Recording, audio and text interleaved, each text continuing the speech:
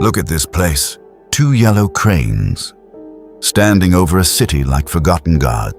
No ships beneath them, no hammers, no fire, just wind and rust and silence.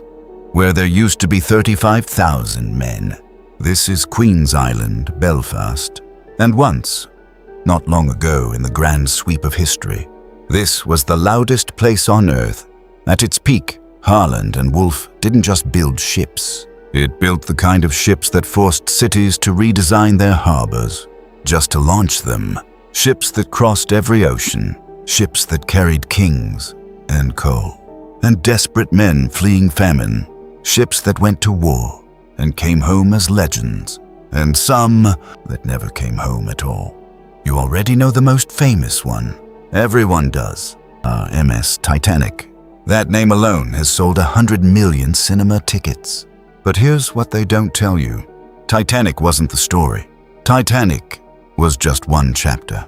In a story that spans 164 years, 2 world wars, the partition of Ireland, a city torn apart by its own people, and a shipyard that kept building long after the world stopped needing it to. So how does the greatest shipyard in human history go from launching the largest moving objects ever built to this silence? This is not just the story of its rise, not just its fall, but everything in between that nobody ever talks about. Chapter 1. 2 men, 1 dream. Every great story begins somewhere small. This one begins in 1846, in the shipyards of Newcastle, England, where a 14-year-old boy from Scarborough named Edward James Harland picked up his tools and began learning what it truly meant to build something that could survive the open sea. Harland's father was a doctor and an inventor, a man of careful, methodical thinking. But Edward didn't want a comfortable life. He wanted iron. He wanted fire. He wanted a deep, hands-on understanding of how cold metal could carry thousands of tons across a heaving ocean and arrive intact on the other side. So he apprenticed. 5 years in Newcastle, then Glasgow, one of the industrial centers of the British Empire, where he climbed from draftsman to works manager faster than anyone around him expected. By 1854, he was 23 years old and already running a shipyard. Robert Hickson and Company, on a strip of reclaimed land in Belfast Harbour called Queen's Island, an artificial island dredged from the River Lagan in 1841. Muddy, underfunded, struggling. But Harland looked at that imperfect yard and saw what others had missed. Space, potential, and the beginning of something that did not yet have a name. The second half of this story arrives from a different direction entirely. Gustav Wilhelm Wolff was born in Hamburg, Germany, in 1834. He came to England at 15, trained as an engineer, and through his uncle, the wealthy Liverpool merchant Gustav Schwabe, found his way to Belfast in 1857. Schwabe deserves a moment here, because without him there is no Harland and Wolff. He was a man who understood that capital and talent, brought together at the right moment, could reshape an entire industry. He had backed Harland's move to Belfast, and when Harland needed a reliable assistant to run the drawing office, Schwabe put his own nephew forward. In 1857, Wolff joined as Harland's personal assistant. The 2 men were opposites in almost every way. Harland was obsessive and precise, the kind of engineer who recalculated hull stress tolerances himself rather than trust anyone else's figures. Wolff was urbane and commercially sharp, the kind of man who, by the end of a dinner with a shipping magnate, could make him feel that ordering his next fleet from anywhere other than Belfast was a form of quiet madness. Together, they were complete. In 1858, backed by Schwabe's capital, Harland bought the Hickson yard for £5,000 and renamed it. Their first iron vessel, SS Venetian, launched in 1859.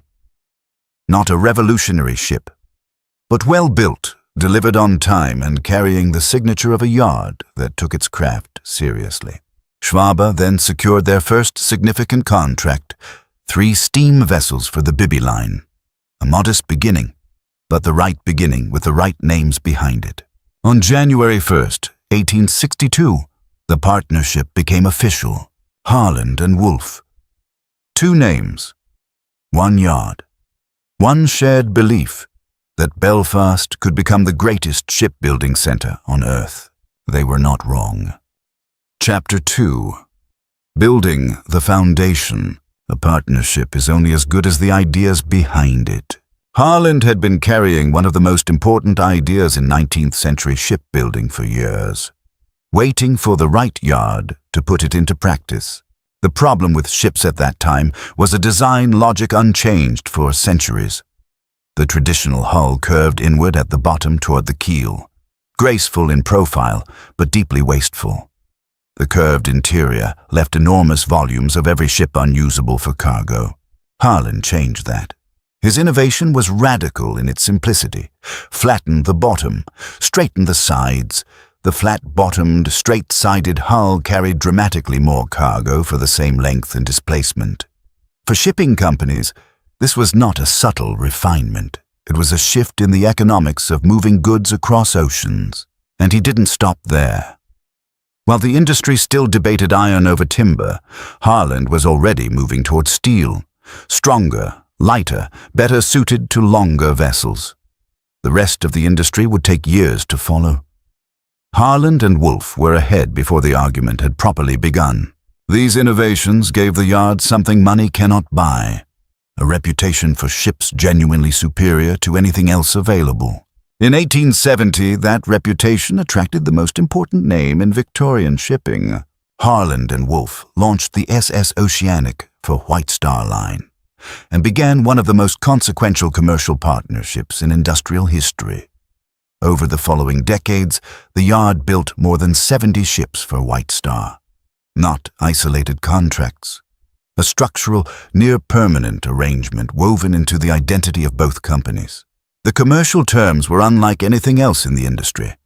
Most shipyards competed on price, absorbed overruns, and finished projects poorer than they started. Harland and Wolff operated differently. Under their agreement, the yard was reimbursed for the complete cost of construction, every steel plate, every labor hour, every fitting, plus a fixed 5% commission. White Star carried the financial risk. Harland and Wolff carried sole responsibility for quality. This cost-plus model changed the culture of the yard. It removed pressure to cut corners. Engineers could pursue the best solution to every problem, not the cheapest. Precision became the yard's defining characteristic. One further condition completed the arrangement: exclusivity. Harland and Wolff did not build for Cunard, White Star's chief rival. In return, White Star directed all its fleet construction to Belfast. Both parties gained something worth more than profit: stability. On that stability, the yard grew fast. In 1862, 48 men and 1 slipway. By 1875, 6 slipways and over 1,000 workers. By 1880, the company opened its own engine works. Building hulls was no longer enough. Every engine, every propulsion system, every mechanical component would be manufactured in-house. By 1897, the yard covered 80 acres and employed 10,000 men. 10,000. On an island that had not existed 60 years earlier. What Harland and Wolff built in those first 3 decades was not simply a shipyard. It was a vertically integrated industrial machine. Raw steel in at one end, a fully operational ocean-going vessel out at the other, to a quality no competitor could match. The foundation was complete. What came next would test exactly how much weight it could hold. Chapter 3. The Pirrie Era. Every institution produces, at some point, a figure who redefines what it is truly capable of becoming. For Harland and Wolff, that figure was William James Pirrie, born in Quebec, Canada, in 1847, the child of an Irish family with roots in County Down. When his father died young, the family returned to Ireland. In 1862, the very year the partnership became official, 15-year-old Pirrie walked through the gates of Queen's Island as an apprentice draftsman. He never really left. From draftsman to assistant manager, from partner to chairman. When Harland died in 1895 and Wolff stepped back in 1906, Pirrie took complete command, 44 years after first arriving as a boy with a pencil and a drawing board. In 1874, he became a full partner, a recognition of talents the founders had identified early and refused to lose.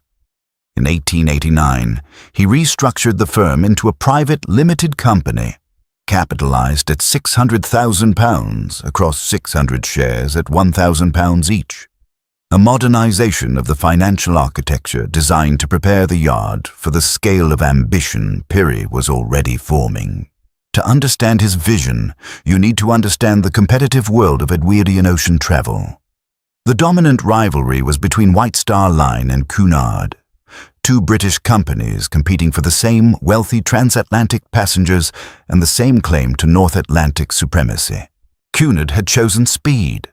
In 1906 and 1907, they launched the Lusitania and Mauretania, the fastest liners ever built, crossing the Atlantic in under 5 days, partly funded by the British government.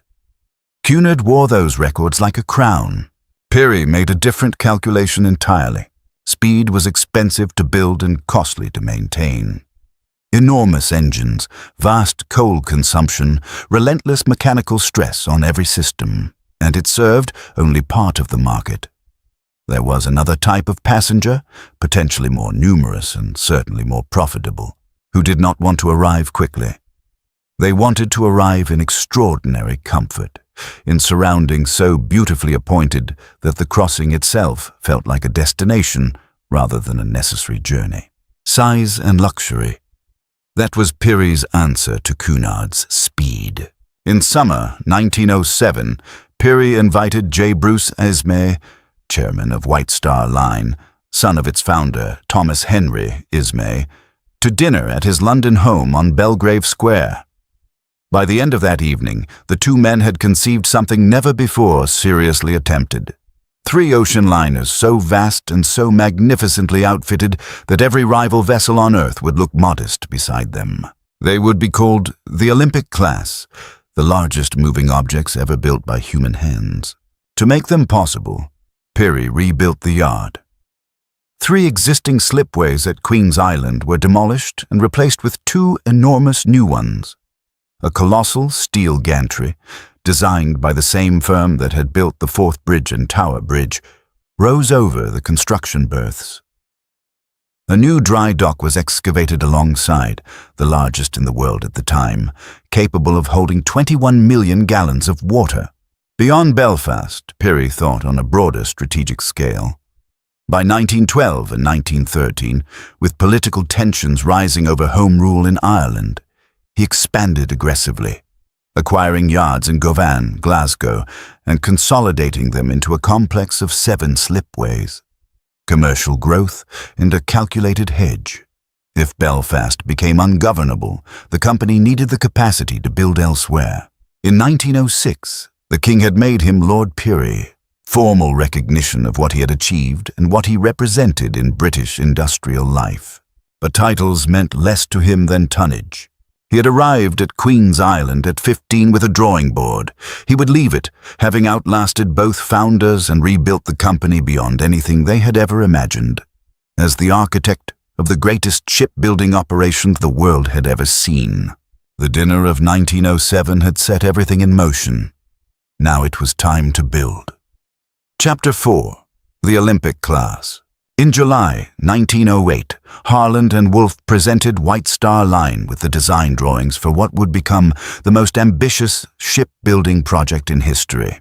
J. Bruce Ismay signed 3 letters of agreement 2 days later.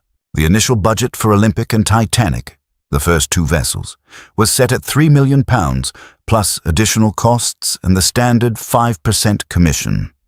An extraordinary sum. But these were to be extraordinary ships.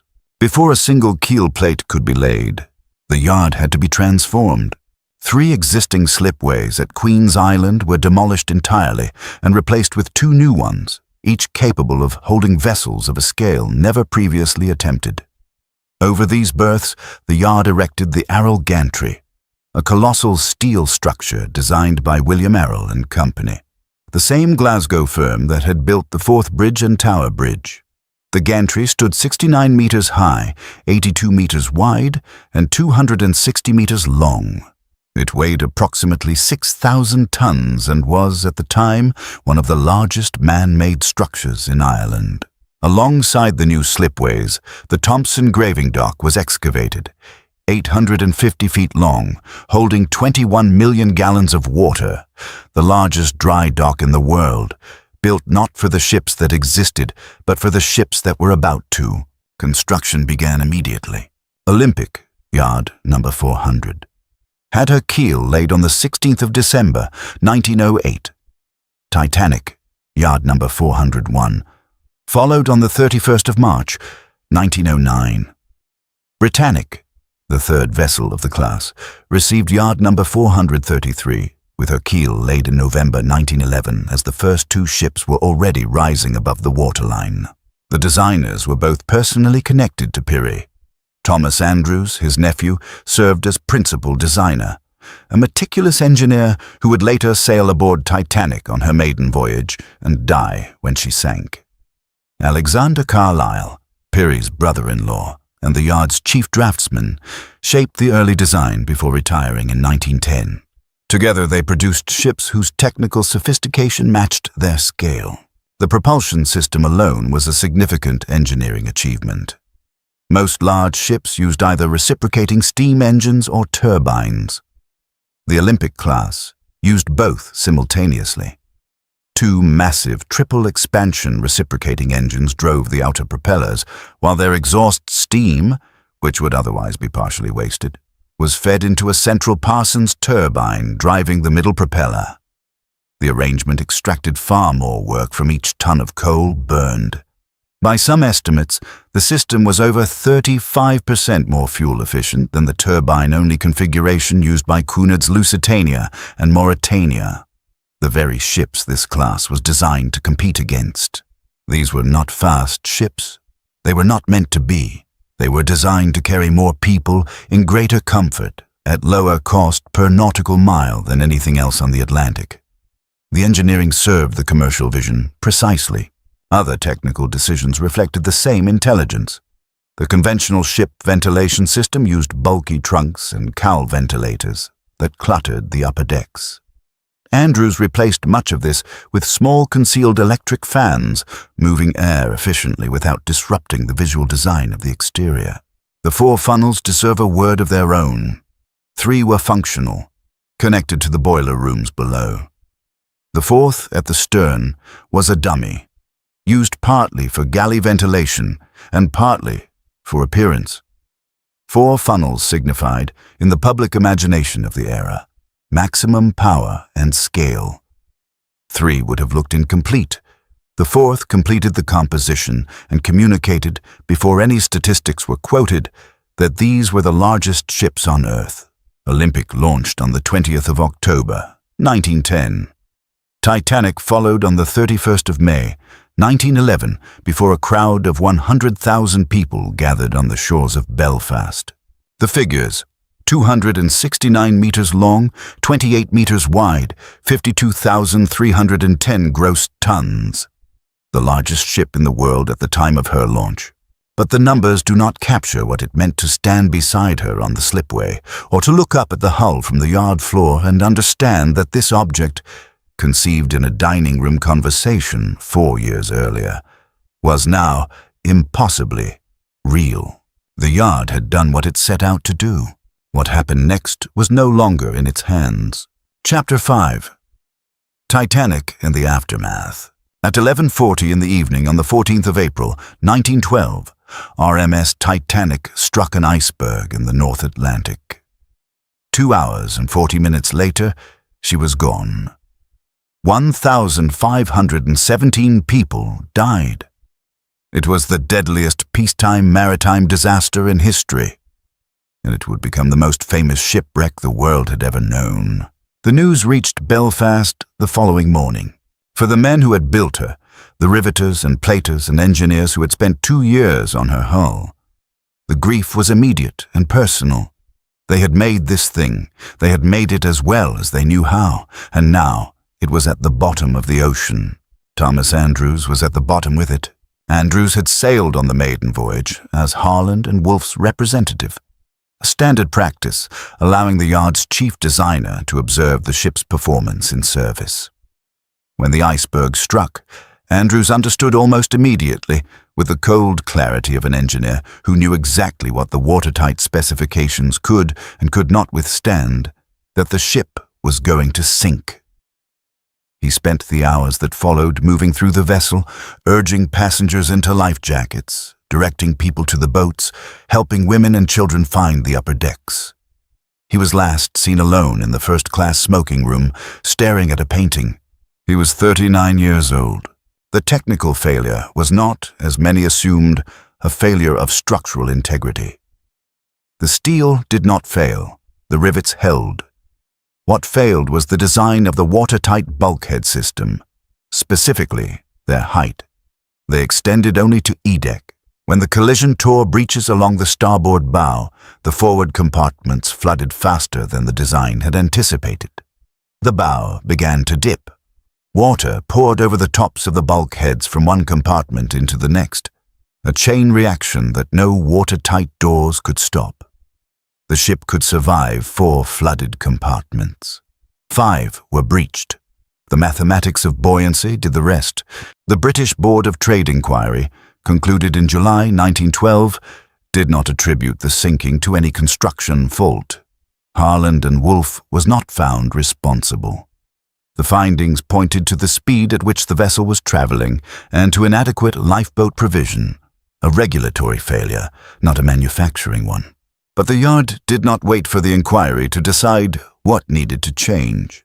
Within weeks of the sinking, Harland and Wolff began a comprehensive modification program for Olympic, Titanic's sister, already in service. The watertight bulkheads were raised significantly. The inner bottom of the hull was extended upward to create a double skin along the sides. Additional subdivision was added throughout. Olympic was effectively taken apart and partially rebuilt.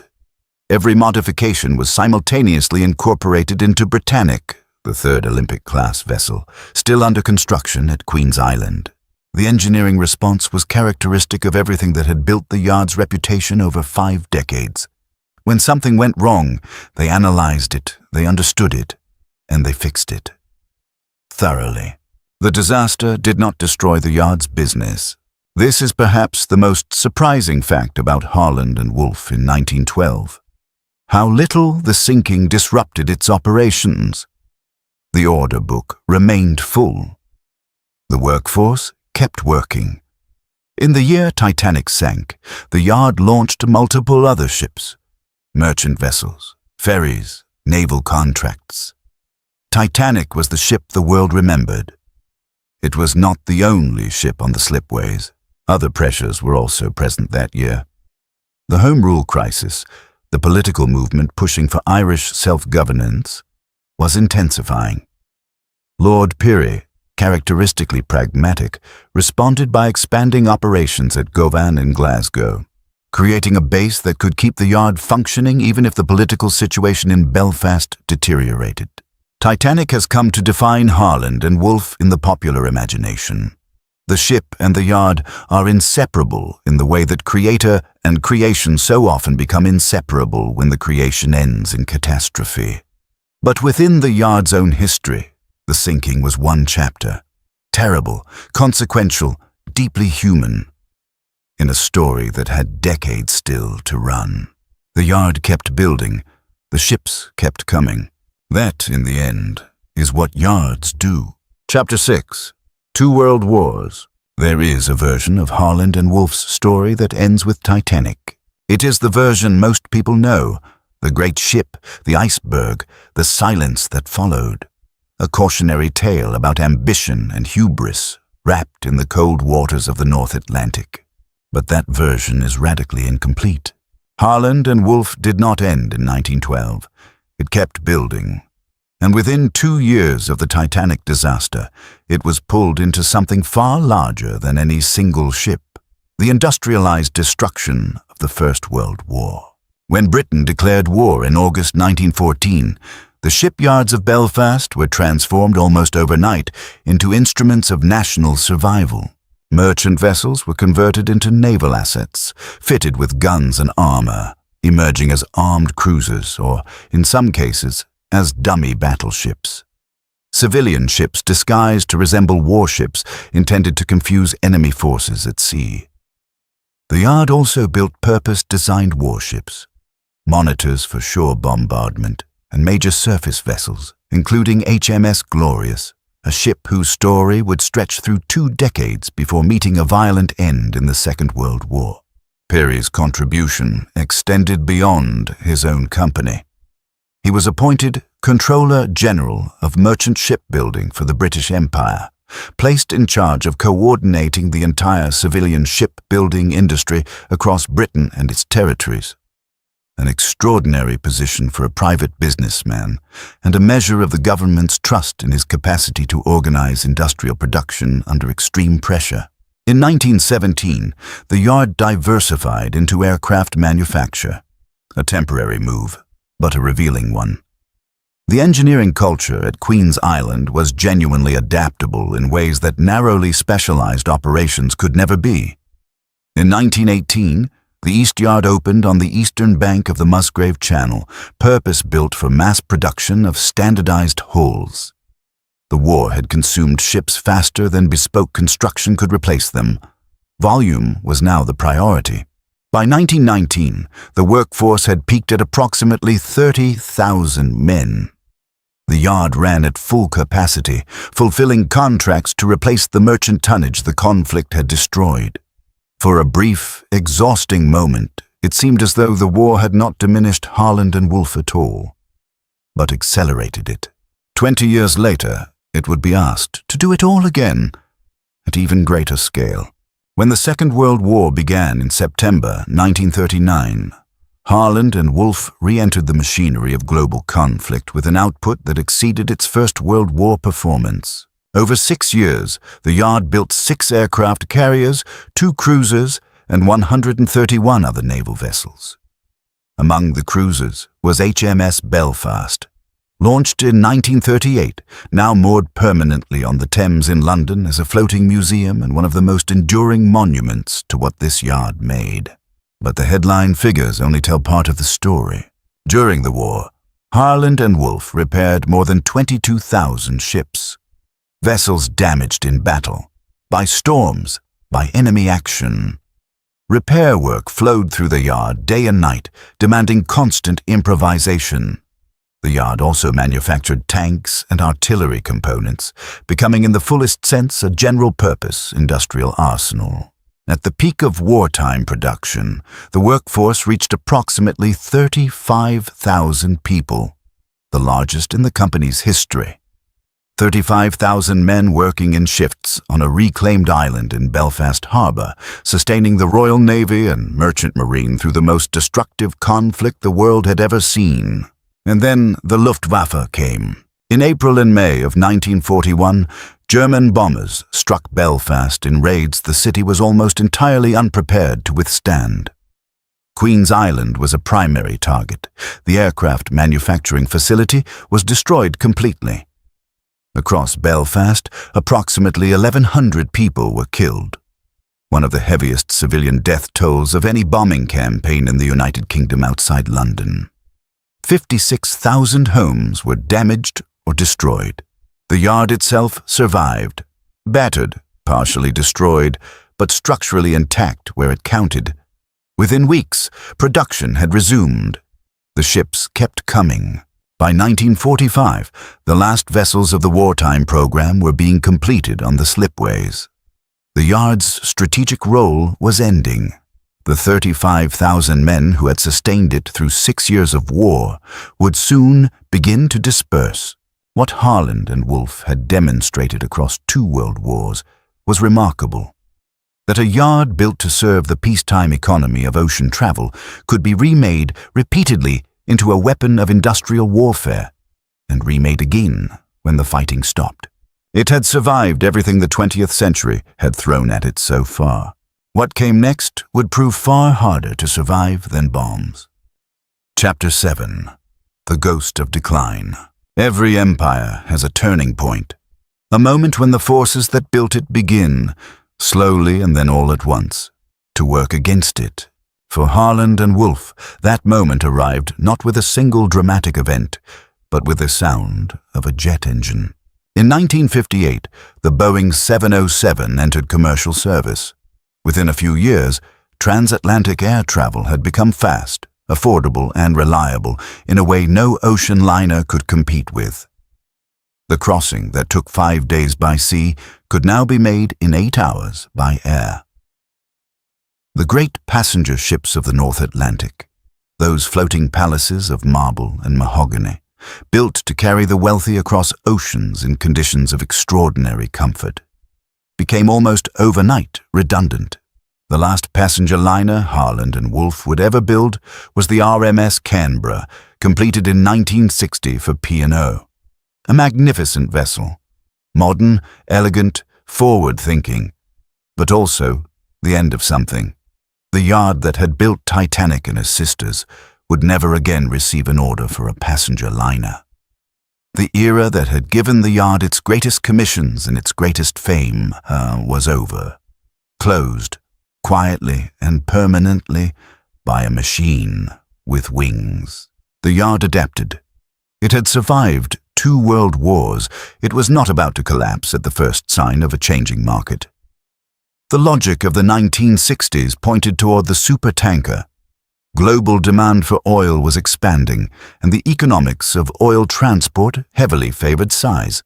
The larger the tanker, the lower the cost per barrel moved. If passenger liners were gone, the yard would pivot to the biggest cargo vessels on Earth. Harland and Wolff invested heavily. The yard was modernized, new facilities constructed, new equipment installed. In 1969 and 1974, 2 enormous cranes rose above the Belfast skyline, Samson and Goliath, each capable of lifting 300 tons, standing over 100 meters tall. They became, and remain today, the most recognizable landmarks on the Belfast horizon, symbols of industrial ambition, visible proof that the yard was not surrendering without a fight. But the investment arrived at precisely the wrong moment. Throughout the 1960s and into the 1970s, British shipbuilding was losing ground to Japan and South Korea at a pace the industry was slow to acknowledge. The Asian yards had lower labor costs, more modern welding technology, and higher productivity. A ship that took 18 months to build in Belfast might be completed in 12 in Nagasaki or Ulsan, at comparable quality and a substantially lower price. The competitive gap was widening year by year, and no amount of new infrastructure could close it alone. The operational data was damning. In the late 1960s and early 1970s, nearly 40% of ships from British yards were delivered more than a month behind schedule. Industrial relations were poor. Working practices were rigid and resistant to change. Management and labor were frequently in open conflict. These were systemic problems across British heavy industry, but the yard could not escape their consequences. Then, in October 1973, the OPEC oil embargo struck. The price of crude oil quadrupled within months. Global shipping economics convulsed. Demand for supertankers, the vessels Harland and Wolff had spent a decade retooling to build, collapsed almost instantly. Orders were cancelled, contracts abandoned. The yard had modernized itself for a market that ceased to exist at the precise moment the modernization was complete. The oil shock arrived in a British economy already under serious strain. Inflation ran at more than 20% per year through the mid-1970s. Labor costs rose faster than productivity and faster than revenue. The pound was managed at an artificially high level, a policy that served the City of London but made British exports progressively uncompetitive on international markets. A ship priced in pounds cost more in real terms with every passing month.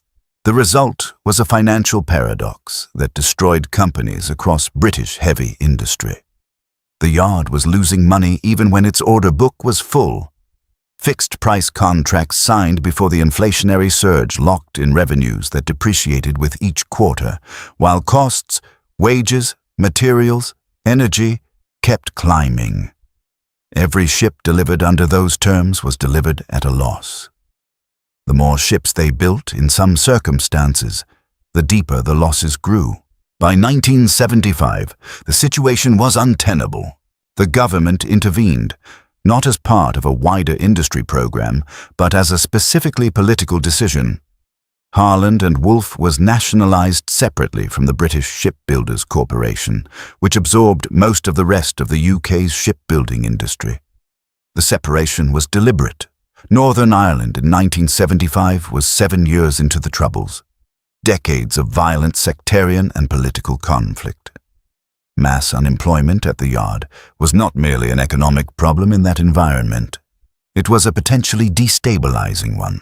The yard passed into public ownership with approximately 10,000 employees, down from 35,000 at its wartime peak. 10,000 people, still significant, still central to Belfast's industrial identity. But the direction was unmistakable for anyone willing to look at it honestly. The empire was not collapsing. Not yet. It was contracting. Slowly, stubbornly, against everything it had once been. Chapter 8. Nationalization, privatization, and the shadow of sectarianism. When Harland and Wolff passed into public ownership in 1975, it entered a period that would last 14 years and cost the British taxpayer more than £1 billion. That figure deserves a moment. Over £1 billion in sustained subsidies year after year, long after any commercial logic would have ended it. The reason was not economic. It was political, and deeply specific to the place where the yard stood. Northern Ireland in the 1970s and 1980s was living through the worst years of the Troubles. Violent sectarian and political conflict between communities that broadly identified as unionist on one side and nationalist on the other. Bombings, shootings, and sectarian killings were a grim feature of daily life in Belfast. Against that backdrop, the question of what would happen to 10,000 jobs at the city's largest employer was not simply a matter of industrial economics. It was a question with severe consequences for social stability. The government kept the yard alive, whatever the cost. But keeping the yard alive did not mean healing the deeper fractures within it. Fractures that ran along the same lines of religion and community, tearing the city apart outside its gates. The sectarian dimension of Harland and Wolff's history is one of the least discussed aspects of the company's story, and one of the most important. For most of its existence, the workforce at Queen's Island had been almost entirely Protestant, the product of hiring practices, community networks, and a political culture in which the yard occupied a central and symbolic position in Unionist Belfast. The violence of July 1920 laid that reality bare in brutal terms. During a period of intense political tension, the Irish War of Independence was underway, and sectarian feeling in Belfast was running at a dangerous pitch. Protestant workers turned on their Catholic colleagues. Catholic workers were chased from the site, beaten and attacked. Hundreds lost their jobs. The expulsion was organized and comprehensive. Not a riot. A purge. What followed was silence. Decades of it. Catholic workers did not return to Harland and Wolff in significant numbers. The yard remained a Protestant institution, not in any formal written sense, but in practice, in culture, and in the unspoken understandings that governed who worked there and who did not. The two great cranes, Samson and Goliath, those 100-meter symbols of industrial ambition, carried a dual meaning in the city they overlooked. To the Protestant community, genuine pride, evidence of what Belfast had built and what Belfast was worth. To many Catholics, something more uncomfortable, the physical embodiment of an institution from which they had been systematically excluded for generations. In this way, the cranes became an unintentional monument to division as much as to industry. They stood for everything the yard had built. and everything it had failed to include. In 1989, the reckoning arrived in a different form. Margaret Thatcher's government, committed to privatization across British industry, moved to sell Harland and Wolff back into private hands. The transaction was structured as a management and employee buyout, with the Norwegian industrial group Fred Olsen taking a significant role. The yard that had employed 35,000 men at its wartime peak now had approximately 3,000 workers, a reduction of more than 90% in 4 decades. The company that had launched the largest ships ever built was a fraction of what it had once been, operating in a landscape that had changed beyond recognition. The 1990s brought new directions and new disappointments in roughly equal measure. Harland and Wolff made a serious attempt to win the contract for the Royal Navy's Future Carrier program, the project that would eventually produce the Queen Elizabeth-class aircraft carriers. The yard had the heritage, the facilities, and the engineering capability to make a credible case. But the contract went elsewhere. When BAE Systems merged with Marconi to create a dominant defense industrial player, the competitive landscape shifted in ways Belfast could not overcome. Diversification became the strategy. The yard's engineering skills were redirected toward large-scale construction beyond traditional shipbuilding. Harland and Wolff built the James Joyce Bridge in Dublin, an elegant cable-stayed structure that became one of the city's most photographed landmarks. The yard also contributed to the restoration of Dublin's historic Halfpenny Bridge. Offshore structures, ship repairs, and heavy fabrication filled the order books alongside these civil contracts. Meaningful work, skilled work, but not shipbuilding in any sense the founders would have recognized. The last ship Harland and Wolff would ever build was the MV Anvil Point, completed in 2003 for the Ministry of Defense. A ro-ro vessel designed to carry military vehicles and equipment. Functional, well-built, delivered on schedule. The yard's final signature on the craft it had spent a century and a half perfecting. After Anvil Point, there were no more ships. The slipways went quiet. Samson and Goliath kept standing, watching over a harbor where no new hulls would form beneath them. The yard was still there. The name was still there, but something essential had ended. Chapter 9. 2 collapses, 1 resurrection. On the 5th of August, 2019, Harland and Wolff entered administration. 157 years of continuous operation, 2 world wars, Titanic, 35,000 workers at the peak, billions in subsidies, and now, quietly, without ceremony, the administrators moved in, and the gates of Queen's Island faced the very real possibility of closing for the last time. The news moved through Belfast like a cold wind. To many people in the city, the idea of Harland and Wolff ceasing to exist was not merely a business story. It was something more personal. A wound in the city's sense of itself, a severing of a connection to a past that, whatever its complications and contradictions, had defined what Belfast was. But the workers did not go quietly. Within days of the administration announcement, members of the Unite and GMB trade unions occupied the yard. They took up positions at the gates and on the site, and they stayed there. For 11 weeks they maintained that occupation, refusing to allow the yard to be wound down, stripped, and sold for scrap. Their demand was blunt: nationalize the company, return it to public ownership, do not allow 157 years of industrial heritage to be broken up and melted down. The occupation did not succeed in forcing nationalization, but it succeeded in something almost as important. It bought time. It kept the yard intact. It prevented the irreversible dispersal of the workforce and the equipment that would have made any future revival impossible. When the administrators eventually found a buyer, there was still something left to buy. That buyer was Infrastrata, a London-based energy company with interests in gas storage and infrastructure.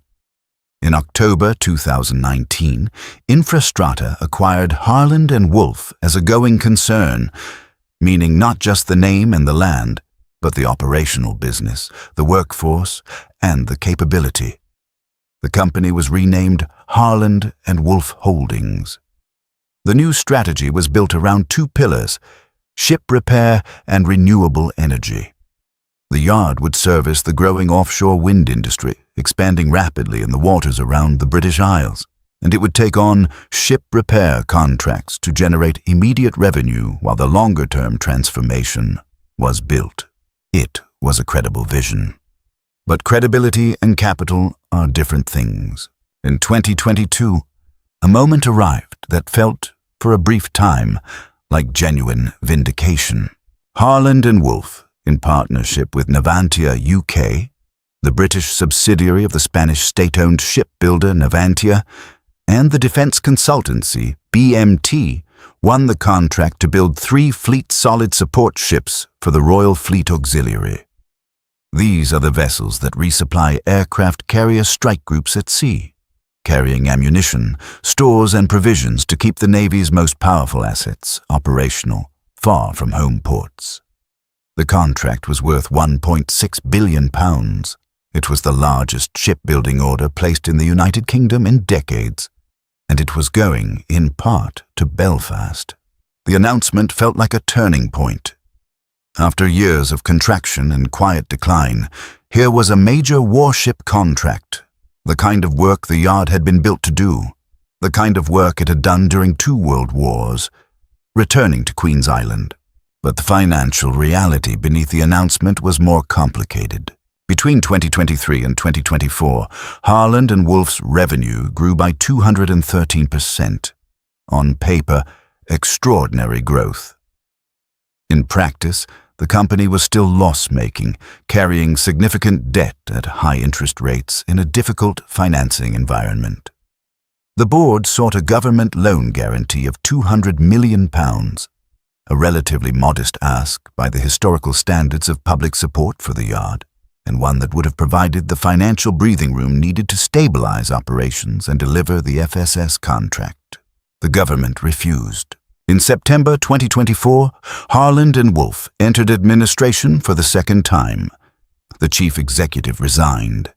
The company that had survived 2 world wars, the decline of British shipping, the Troubles, nationalization, and privatization was once again in the hands of administrators, once again facing the possibility of permanent closure. This time, the rescue came not from a British company, and not from the British government. It came from Spain.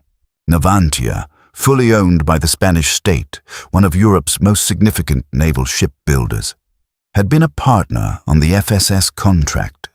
They understood the yard's capabilities. They understood its strategic position, and they were, unlike the British government, willing to act. In December 2024, Navantia UK signed an agreement to acquire Harland Wolff. In January 2025, the acquisition was completed. Navantia took control of 4 yards: Belfast at Queen's Island, Appledore in Devon, Mathiel in Scotland, and Arnish on the Isle of Lewis. Approximately 1,000 jobs were preserved across the 4 sites, around 600 of them in Belfast. The terms included a commitment to invest £77 million in modernizing the yards. The strategic priorities were clear: defense capability, offshore wind energy, and skills training. The FSS contract would continue. The cranes would keep working. And so, in January 2025, Harland Wolff began its latest chapter. No longer a British company in any straightforward sense, but a yard operating under Spanish state ownership on Northern Irish soil, building ships for the Royal Navy, on a site where men had been building ships for 163 years. The story that began with 2 men and a handshake on New Year's Day, 1862, had arrived somewhere none of them could possibly have imagined. Whether it is an ending or a beginning depends on what happens next. The cranes are still standing, the gates are still open, the work is still there to be done. For now, that is enough. Chapter 10. Lessons from 164 years of history. Every story, if it is long enough, eventually becomes a lesson. The story of Harland Wolff is 164 years long. It spans the age of sail, the age of steam, 2 world wars, the jet age, and the beginning of whatever comes next. It encompasses triumph and catastrophe, innovation and stagnation, political courage and political failure, and the full range of what human ambition can build and fail to protect. So what does it teach us? The first lesson is about innovation and what happens when it stops. Harland and Wolff's early success was built on genuine technical breakthroughs.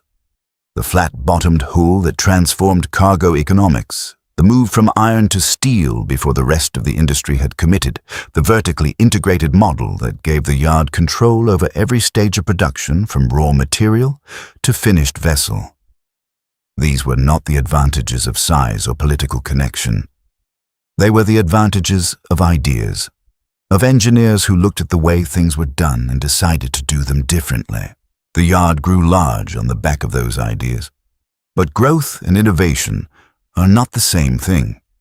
As the decades passed, the yard became more focused on executing contracts at scale than on generating the next generation of technical advantages.